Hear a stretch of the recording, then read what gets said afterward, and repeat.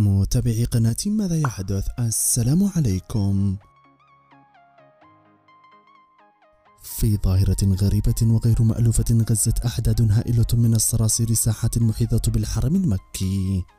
وأعلنت أمانة مكة المكرمة أن 22 فرقة مكونة من 81 فردا و111 جهاز مكافحة يكافحون الصراصير الذي انتشرت قرب الحرم المكي.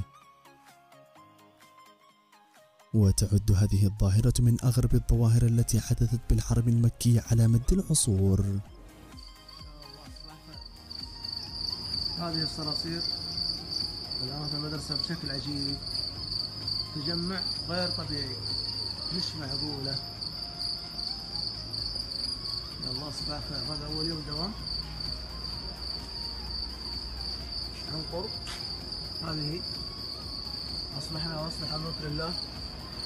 كذلك الجدار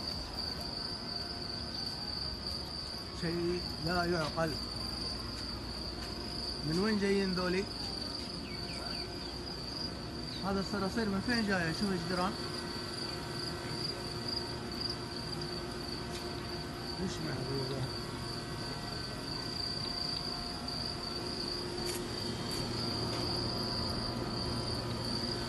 مش معقولة. الجدران كلها مغطاة بالصراصير. ليش العلم